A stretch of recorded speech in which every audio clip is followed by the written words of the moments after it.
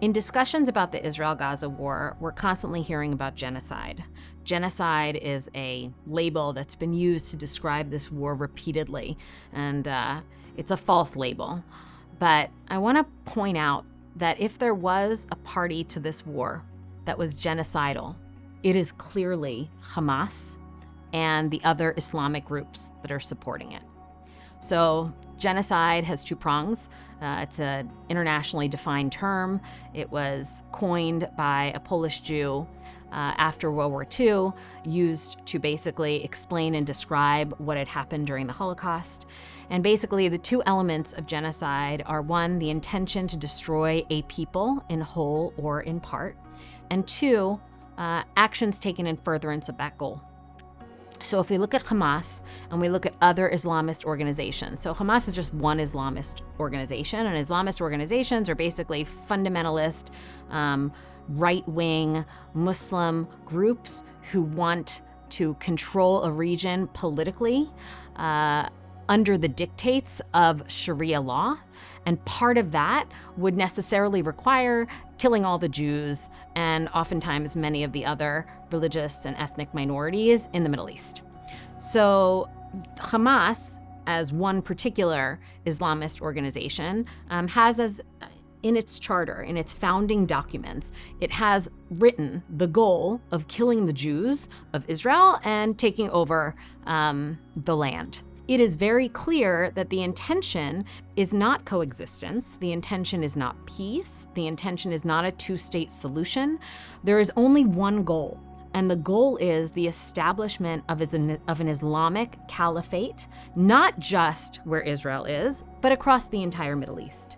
So this isn't just Hamas's goal. This is, of course, also the goal of Hezbollah. It is the goal of the Houthis. It is the goal of Iran.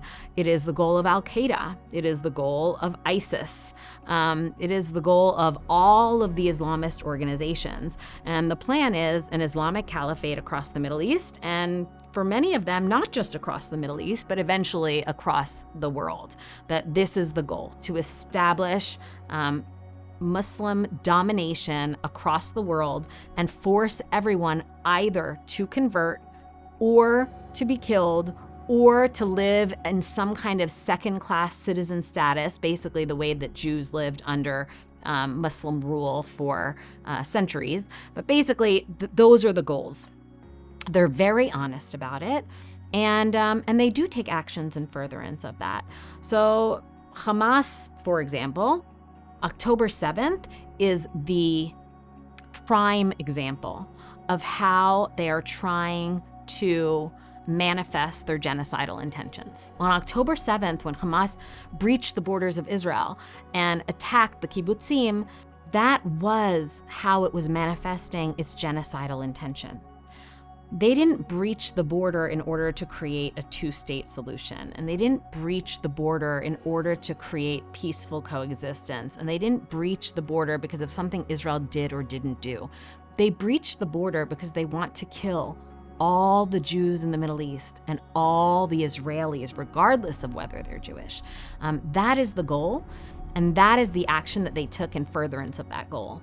The terrorist attacks that take place in Israel on a regular basis, all of those attacks have as their goal the killing of Jews and instilling fear in the entire Jewish population, a deep fear with, I assume, the goal that eventually we would just give up and give the land to someone else, which is kind of a silly miscalculation because the Jews really have nowhere else to go. But that is the goal.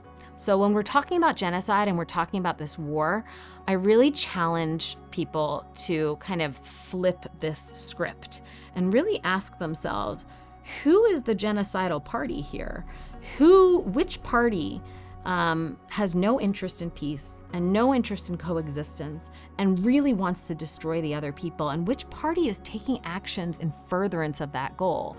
And I think that if you look at the facts and you look at the information and you look at the history, the only conclusion you can reach is that Hamas and other Islamists have genocidal intentions and take genocidal actions.